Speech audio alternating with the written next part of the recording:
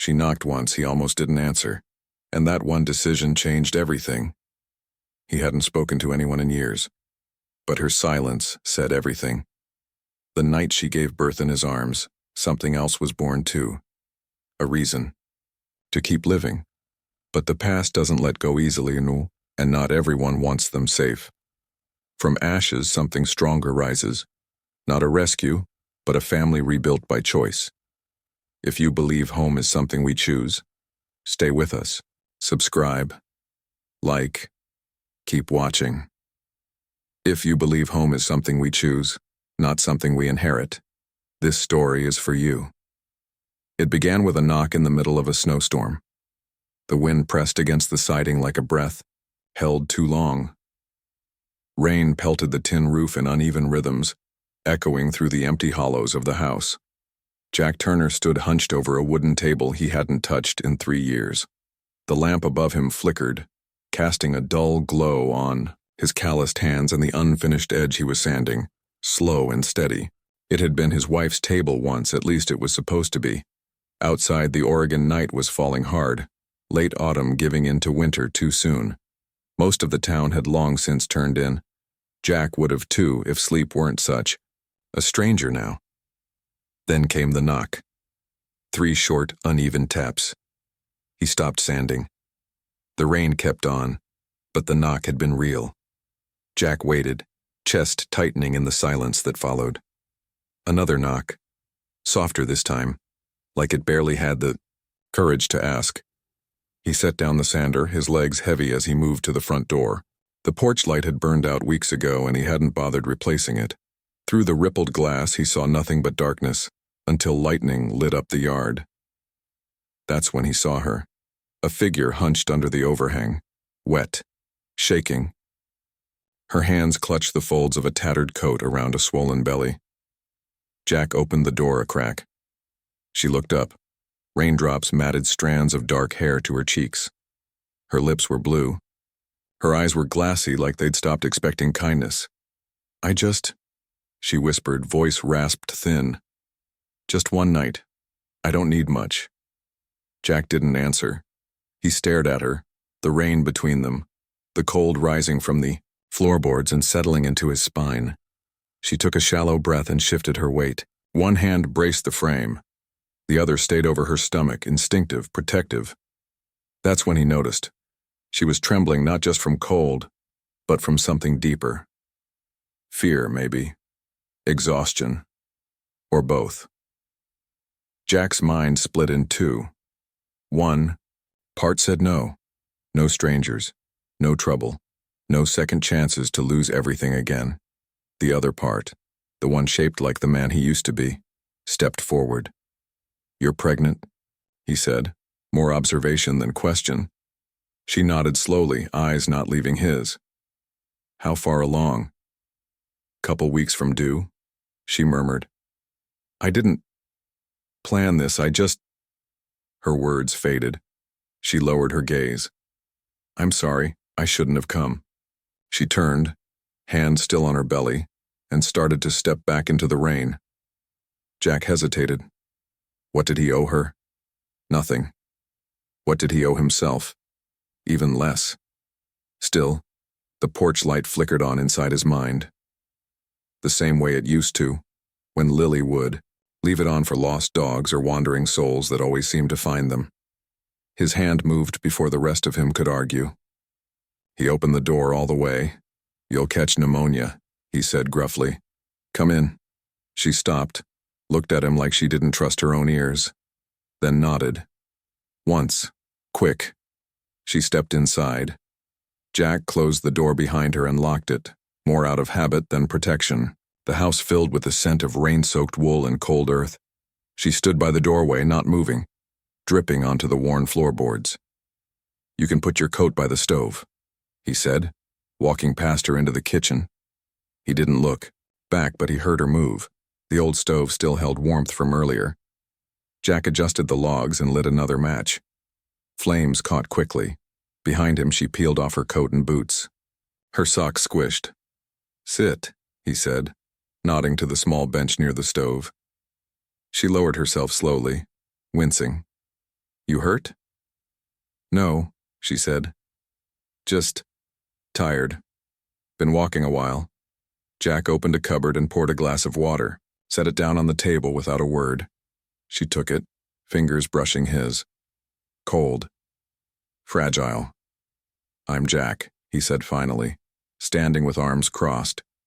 She looked up. "Eliza." He nodded. For a long minute, they sat in silence, broken only by the crackle of fire and the tap of rain. Jack leaned against the counter, arms still folded, eyes on the table leg he had carved years ago. One of the only things that had survived the fire. "Why here?" he asked. She didn't answer right away. When she did, her voice was soft. "I just kept walking, saw your light." She didn't offer more, he didn't ask. Her eyes were heavy now. Her body had sunk into the bench like it might never rise again. He pulled the Afghan from the back of the sofa and handed it to her. She clutched it around her shoulders, as if it meant more than just warmth. "Thank you," she whispered. He nodded, sat across from her, watching the fire glow on her damp cheeks. He should tell her she could stay the night and leave in the morning. He should set a boundary. He should remember what it cost to let people in. Instead, he said nothing. Instead, he watched her close her eyes, slowly, warily, and lean her head against the wood-paneled wall. Rain kept falling. Jack sat still, staring at the flicker of flame, the rise and fall of her breath. And he didn't know it yet, but this night, this storm, this stranger, would be the ember that lit the ashes of his life back into something warm, into something worth choosing again. The first thing Jack noticed the next morning was the silence. Not the kind that settled in when you lived alone, but a different kind, like the hush right before snow touched ground. A pause. A breath held. He sat up on the old sofa in his workshop, bones stiff from sleeping upright again. The fire in the Yao stove had long gone cold, but the house wasn't empty. He could smell something. Warmth. Butter. Toast? He stood slowly, every joint protesting. The scar on his left side, a remnant of the fire, pulled tight as he straightened. He moved to the kitchen doorway and paused. She was there, still here. Eliza stood with her back to him, wearing the flannel robe he'd laid on the chair the night before. It was miles too big, sleeves rolled up awkwardly, but it swallowed her in, a kind of quiet dignity. Her wet coat still hung near the fire, dripping into a towel. Steam curled up from the stove. She was making eggs. Jack's first instinct was irritation. That she was still here. That she'd assumed. But then came the second feeling.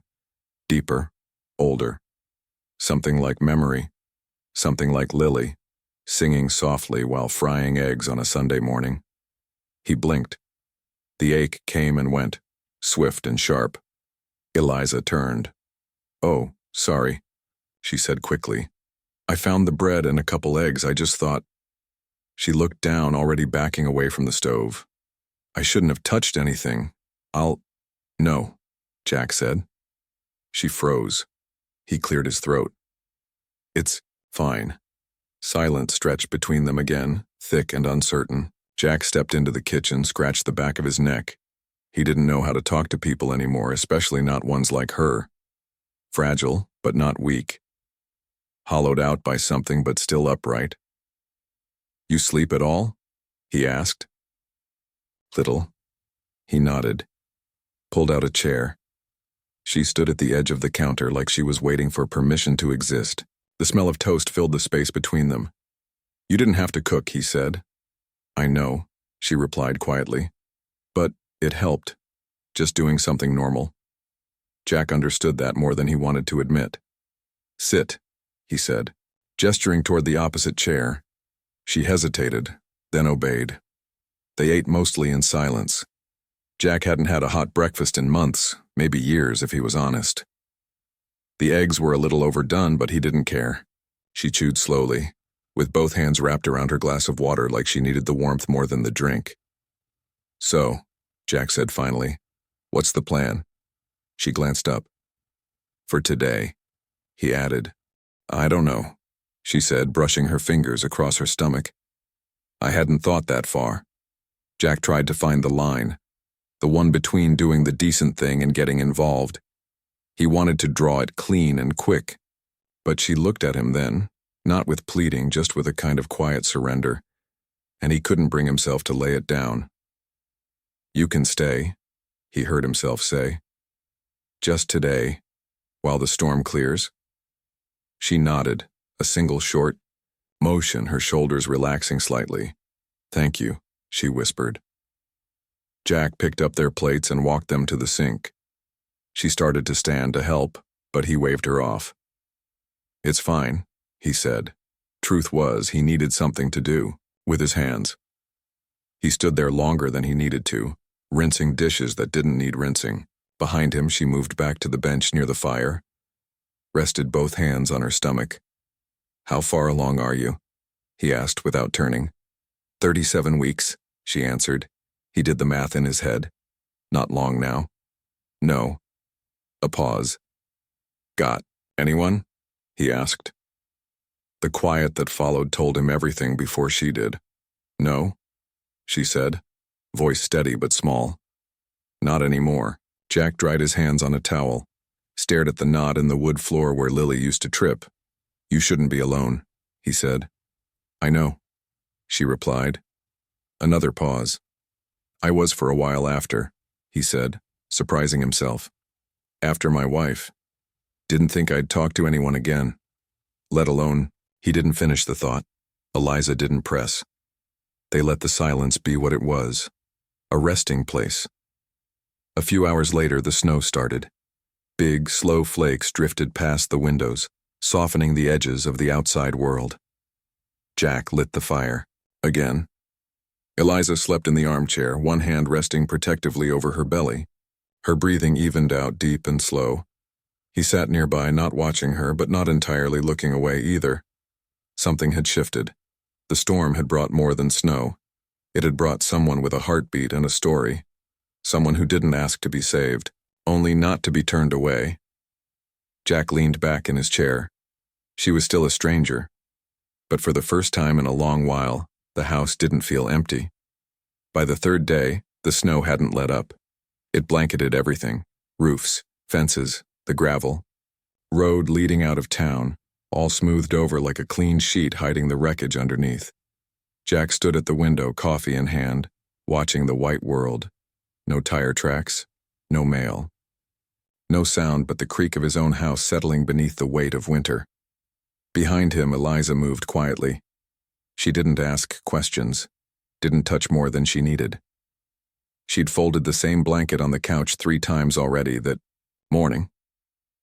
Jack could tell she was trying not to be a burden, and somehow that made it worse. He cleared his throat. Looks like we're snowed in. She looked up from her seat near the stove, where she'd been knitting something from yarn she found in an old bin by the stairs. She didn't ask how long. She didn't ask if it was a problem. Instead, she smiled, barely. Guess we're stuck with each other a little longer. Jack gave a short grunt, something like a laugh if you squinted hard enough.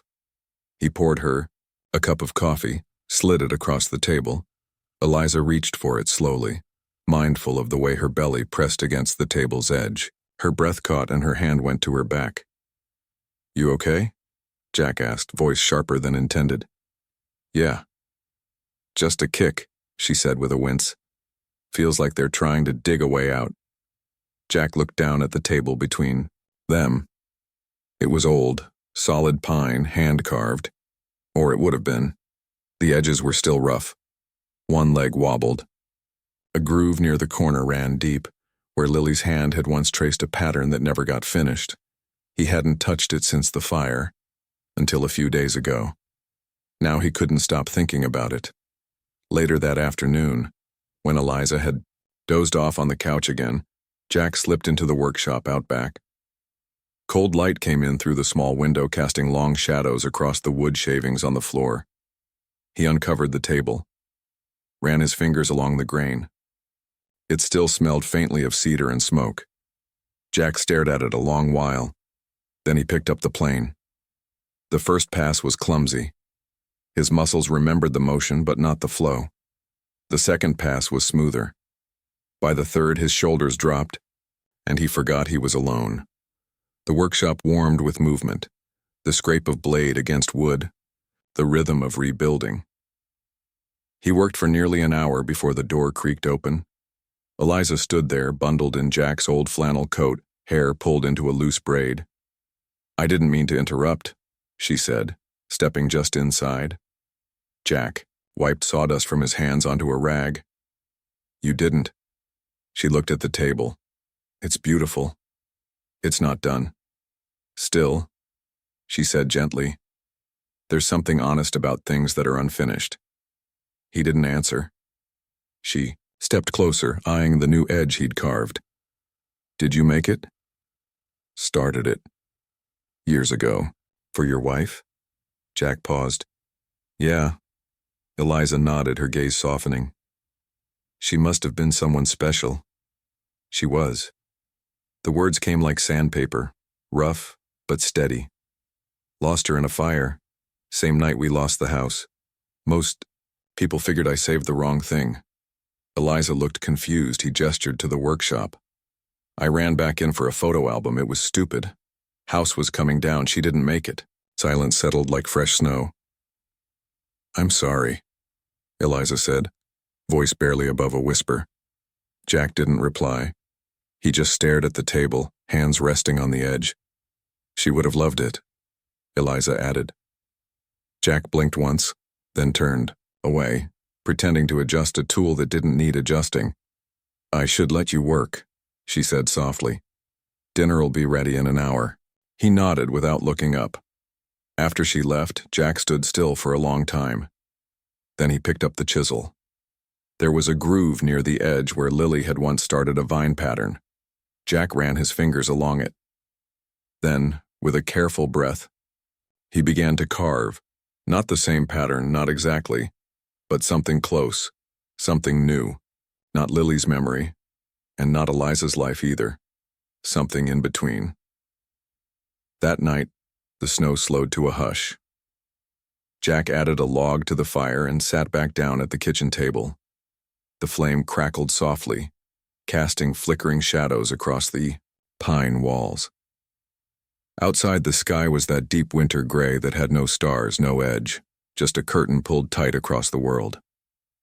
Eliza was silent, hands folded in her lap, a bowl of untouched stew cooling in front of her. She'd barely eaten since dinner began. Jack didn't press. He understood what it meant to sit still when your heart was tangled. Hope. Jack had started calling the baby that in his mind, though Eliza hadn't said any name, kicked visibly beneath her sweater. She winced and placed both hands on her belly. "She's restless," she said quietly. Jack raised an eyebrow. "She?" Eliza hesitated. "I think so. I mean, I've been talking to her like she is." He nodded. "Seems like she hears you." Silence settled again, the kind that didn't ask to be filled. After a moment, Eliza reached for her spoon, took a small bite, then pushed the bowl away.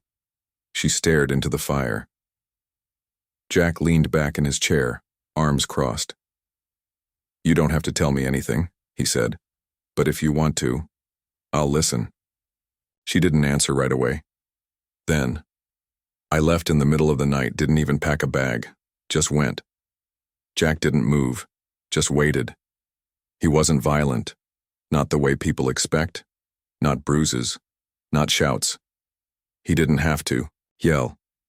It was quiet, controlling, small things. What I wore, what I said, when I slept, who I saw. It got smaller every year, like a room closing in.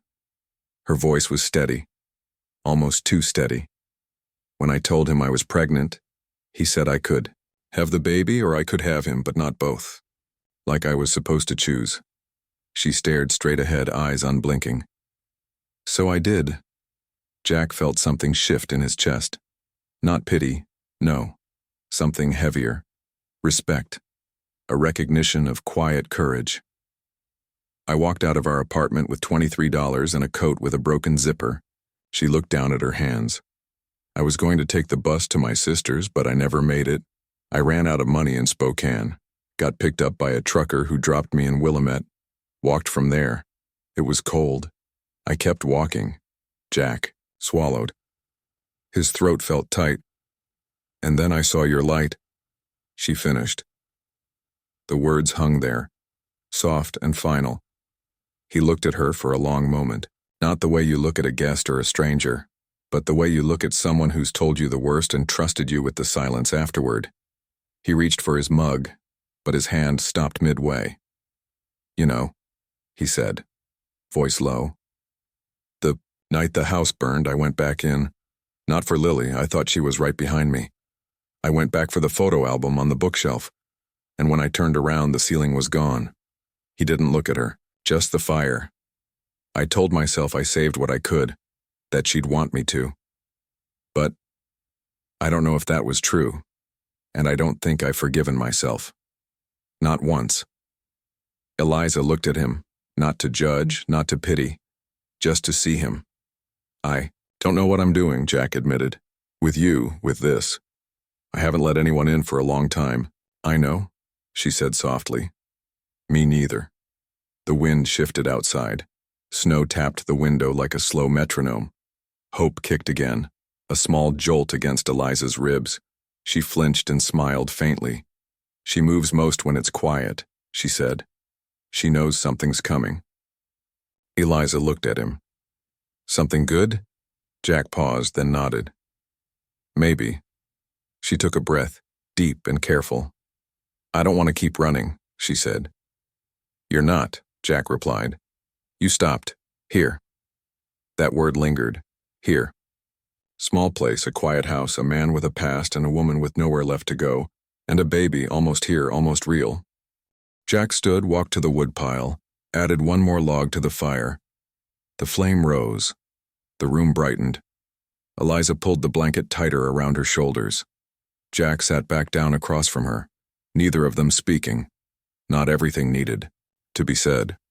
Not tonight. The pain started just before dawn. At first, Eliza thought it was another round of Braxton Hicks, those false alarms she'd grown used to in recent weeks. But this was different. Lower. Sharper. A deep twist that stopped her breath mid-sleep. She shifted on the couch, trying not to wake Jack, who had fallen asleep upright in the armchair nearby. The fire had died down to embers. The living room, painted in orange and gray. She closed her eyes. Waited. Another wave hit, this time harder. She gasped. Jack stirred. You okay? Eliza gritted her teeth. I think it's time. He sat up fast, blinked the sleep from his eyes. Time? She nodded, her hands pressing against her belly. They're close together. I felt 4 in the last 15 minutes. Jack stood, suddenly wide awake. Okay. What do we do? There's no hospital nearby, is there? He shook his head. Nearest one's over an hour away. Roads are still iced. She looked up at him, and something in her face, fright, trust, helplessness, hit him harder than he expected. You've done this before? He asked. No, she said, voice shaking. But I read a lot, and I know my body. He moved to the phone on the wall.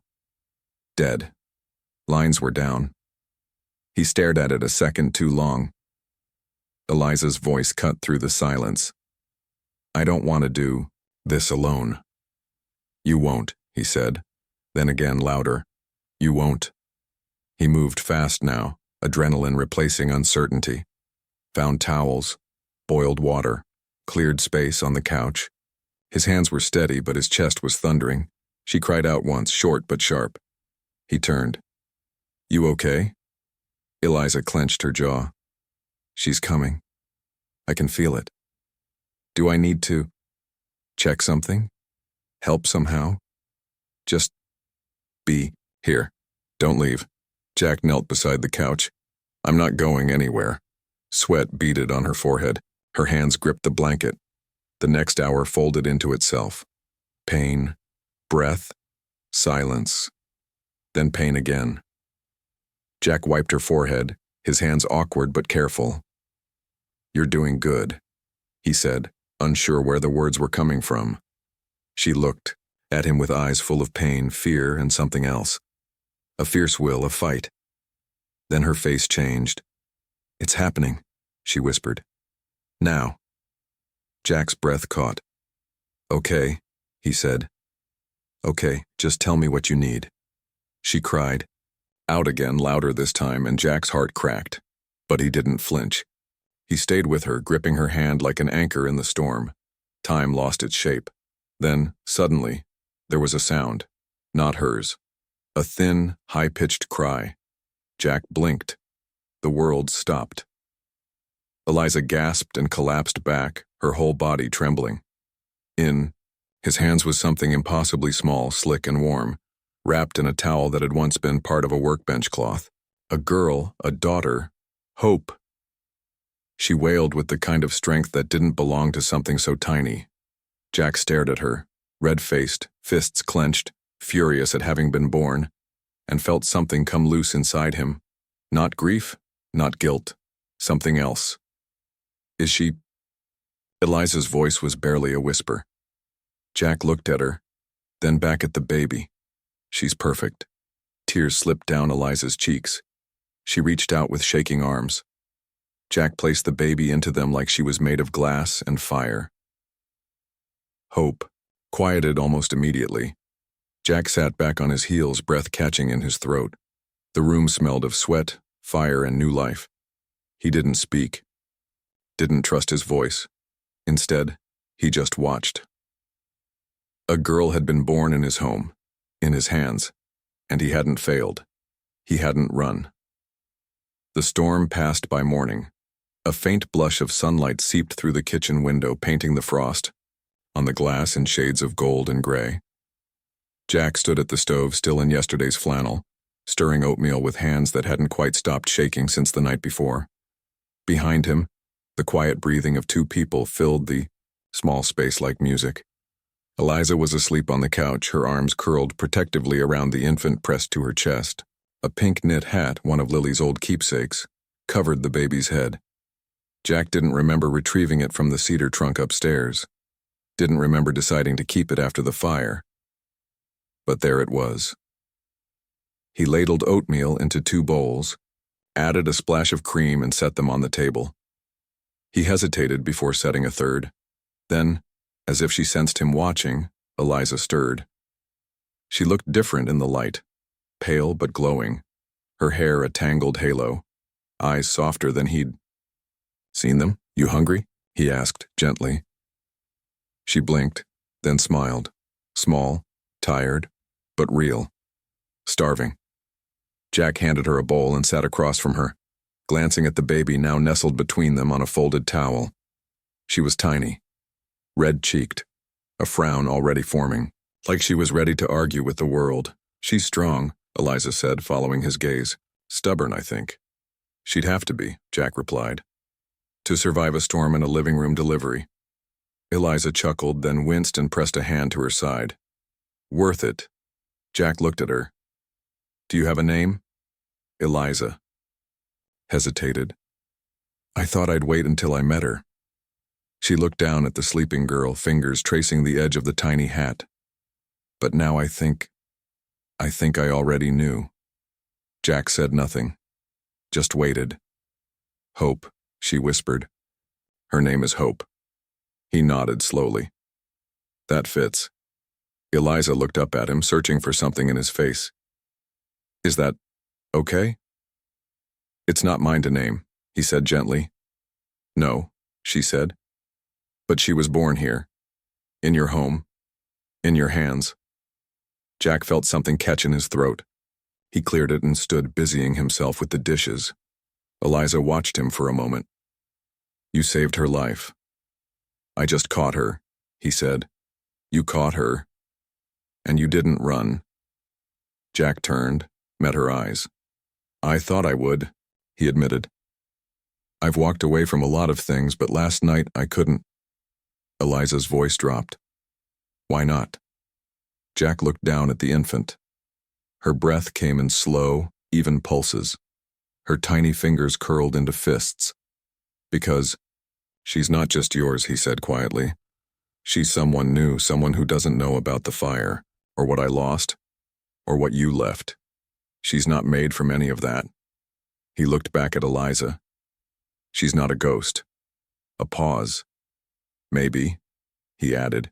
She's the first thing in a long time that isn't. The silence that followed didn't ask for more words. It settled around them like snow, soft, forgiving, new. That afternoon, Jack went back into the workshop. He ran his hand over the table's edge, smoothing the fresh groove from the day before. A new pattern had begun to form, not quite Lily's, not quite his. When he returned to the house, Eliza was sitting in the rocking chair near the window. Hope was cradled in her arms, eyes fluttering open for the first time. She has your stare, Jack said. Eliza smiled faintly. That's not always a good thing.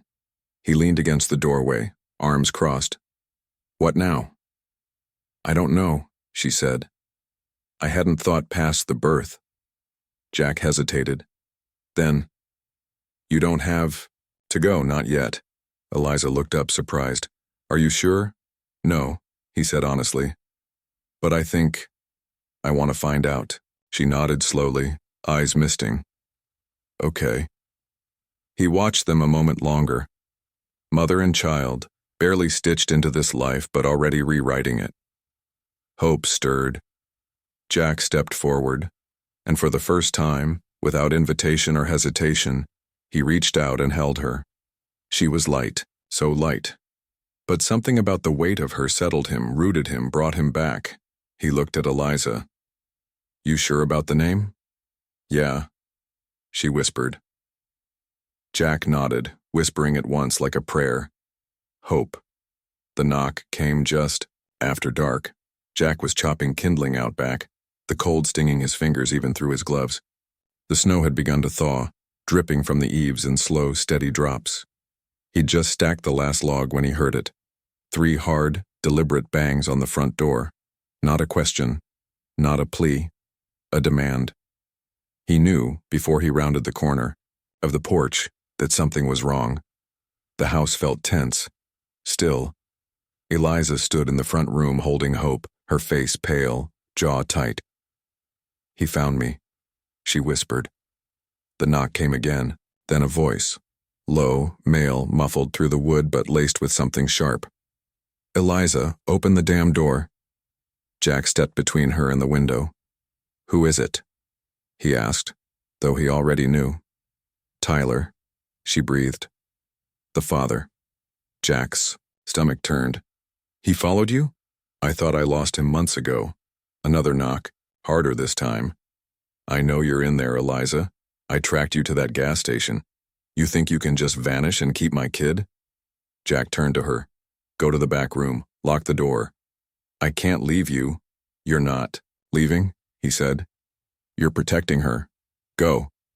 She hesitated, then turned and disappeared down the hall, her footsteps soft but quick. Jack stepped to the door and opened it just a crack. Tyler stood there, big, smug, and sure of himself. Dark coat, red eyes, a man used to being feared. You must be the hero, he sneered. The Good Samaritan. Jack didn't answer. Tyler shifted his weight. You don't know her. She lies. She runs. She plays victim. Jack said nothing. I came to get what's mine, Tyler said. My baby. She's not yours, Jack said flatly. Tyler laughed. The hell she isn't. You left. You threatened them. That baby doesn't know your name. That doesn't mean I don't get a say. Jack stepped out onto the porch, closing the door behind him. The cold settled between them. You're not taking them. Tyler tilted his head. You gonna stop me? Jack didn't answer with words. He stepped forward, putting his body between the man and the house. I've lost once, he said. I won't lose again. Tyler narrowed his eyes. You don't even know her. I know enough. Enough to know she deserves peace. That girl in there, she's light. Not yours to darken. Tyler smirked. You think she'll stay with you, broken old man? You're just a pit stop. Jack felt the words hit, but they didn't sink. Not this time. You should go, he said. Tyler stepped closer. Or what? Jack looked him dead in the eye, his voice steady. Or I'll make sure you do. The two men stood in silence, breath rising between them like smoke. And Tyler, sensing something new in Jack, something that didn't shake, took a half step back. You'll regret this, he muttered, turning. Maybe, Jack replied. But not tonight. Tyler walked off into the snow, leaving only boot prints and the sour stink of old rage. Jack stayed there a long moment, chest rising and falling. Then he went inside. Eliza met him at the hall, hope cradled against her chest. I searched his face. He's gone, Jack said. Are you okay? He paused, then said it, soft but clear. I was scared, not of him, of what this means, of what I might lose. She nodded slowly. I know. Jack stepped closer. But if I have to choose, I'd rather lose everything again than not stand up for you. For her. Tears filled her eyes. I don't want to go, she whispered. You don't have to. She reached for his hand, cold, rough, still trembling, and wrapped her fingers around his. And that was enough. No vows, no promises. Just one act of bravery, quiet and undeniable. They stood together, firelight flickering in the background, the baby asleep between them. Outside, the wind picked up again, but inside, the house held. It started with smoke, just a whisper of it, curling through the rafters near dawn. Jack smelled it before he saw it, faint, acrid, not the sweet tang of the wood stove. Something wrong, something burning. He sat up fast. Eliza, he called, already moving down the hall. Get the baby. She was already awake, holding hope, eyes wide. Is it? I don't know.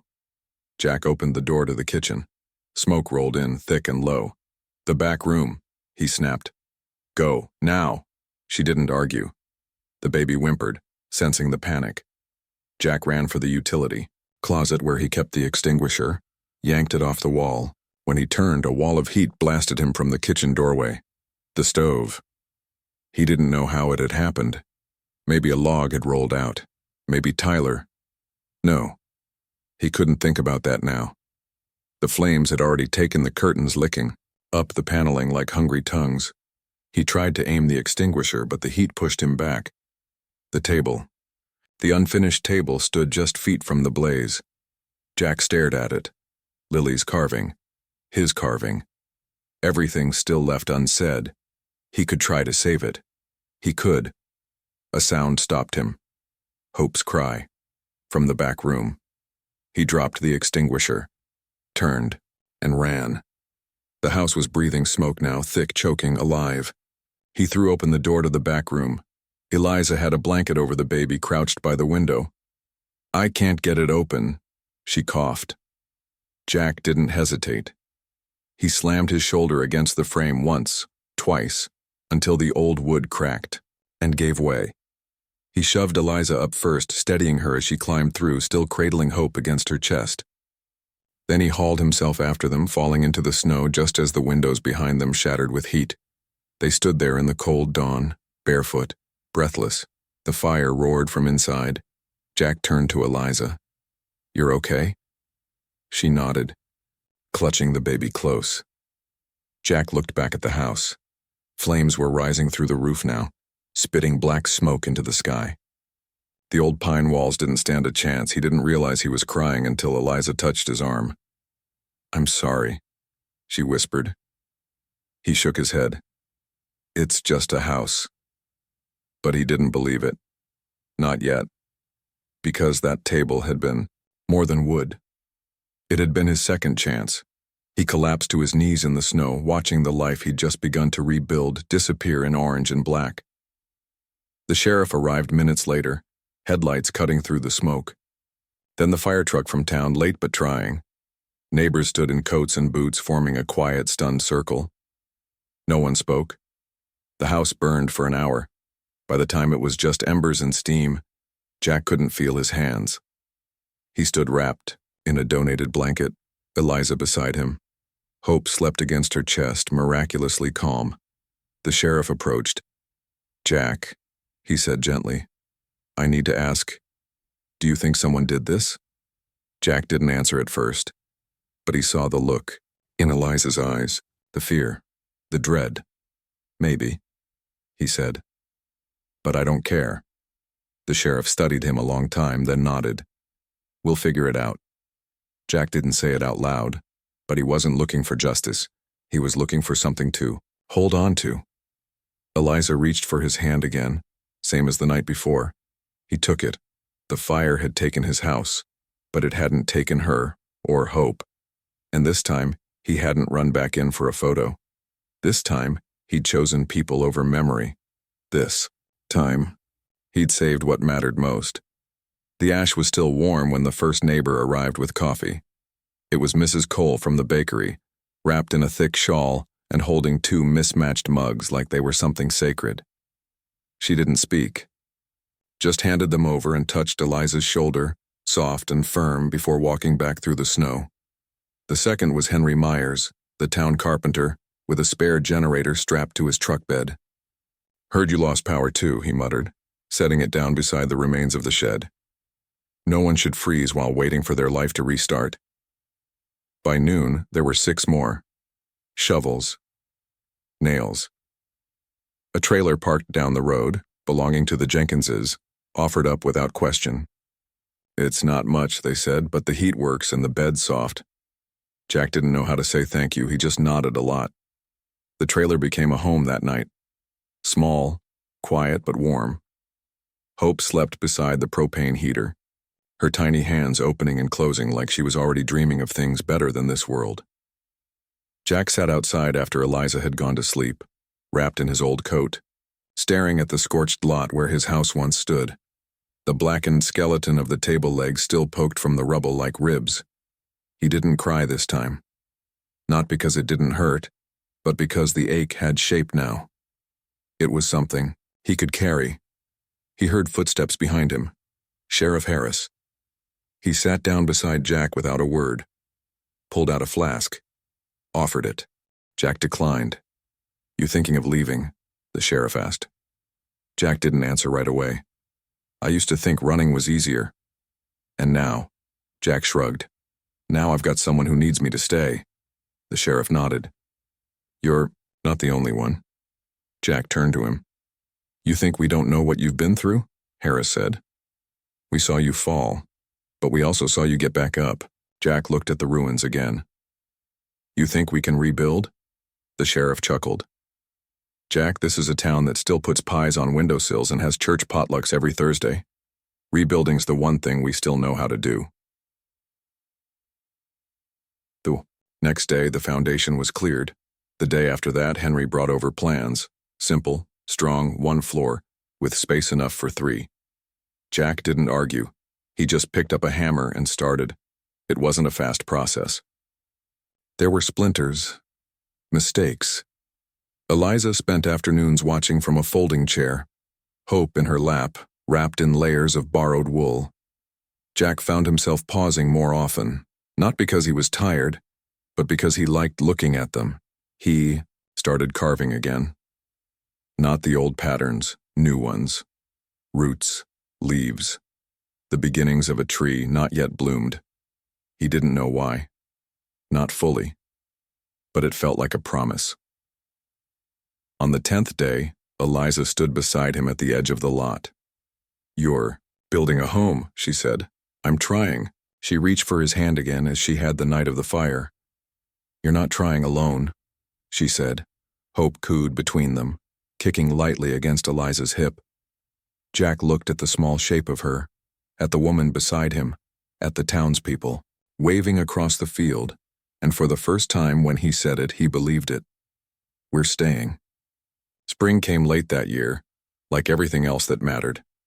The ground softened slowly under melting snow. Wildflowers edged the ditches. The trees on the ridge began to breathe green again, cautiously, like they, too, had waited to be sure the worst was over. The house stood clean and new against the thaw. Simple lines, fresh lumber, a small front porch with 2 rocking chairs and 1 hanging light that flickered gently at dusk.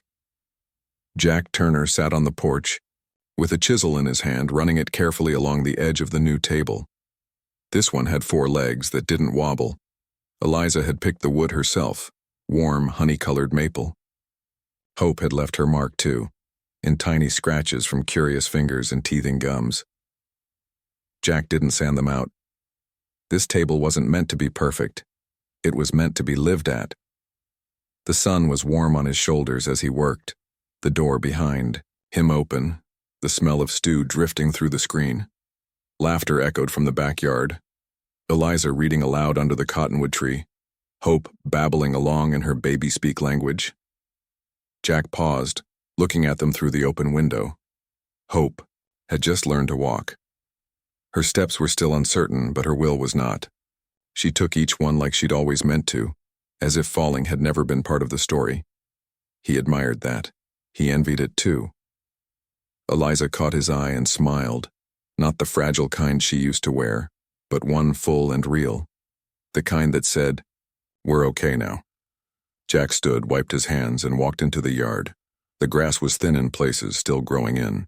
In the center stood the sapling they had planted together the week the house was finished. Small, delicate, its branches thin as promise. Jack kneeled beside it now, pressing the last of the soil in with the back of his hand. Eliza came to stand, beside him, Hope on her hip. "You still want to call it that?" she asked. He looked up. "The promise tree?" he said. She nodded. He glanced at Hope, who was trying to grab a leaf. "Yes," he said. "It's a good name." They stood there in silence, watching the wind bend the young tree gently. Jack reached for Eliza's hand, rough fingers threading through her smaller ones. "I used to think family meant blood," he said. "But blood never came back for me, you did." Eliza swallowed hard. "You didn't have to stay," she said. Jack looked at her steady. "I didn't want to be safe anymore," he said. "I wanted to be home." Behind them, the house creaked gently as the wind moved through it. Not old pain, but new life. A sound that no longer haunted. A sound that belonged. Hope reached down and patted the dirt around the tree with both hands, giggling. Jack laughed softly. "You think she knows?" he asked. "That this is hers?" Eliza said, "I think she does." They stayed there until the shadow stretched long, the tree casting its first slender silhouette across the porch. As the sun dipped behind the hills, Jack lit the porch light. He didn't need it to find his way inside, but he left it on, just the same. If this story touched something in you, if it reminded you that home is not just a place but a choice, stay a little longer. There's always room at the table. Every day can be a new beginning. He didn't choose her out of obligation. She didn't stay because she had to. And that child, she was never just someone's daughter. They found each other, in the ruins, in the quiet, and chose to stay. If this story found a place in your heart, let it stay a while. Subscribe to be part of more stories like this. Stories of second chances, quiet courage, and the families we build from love.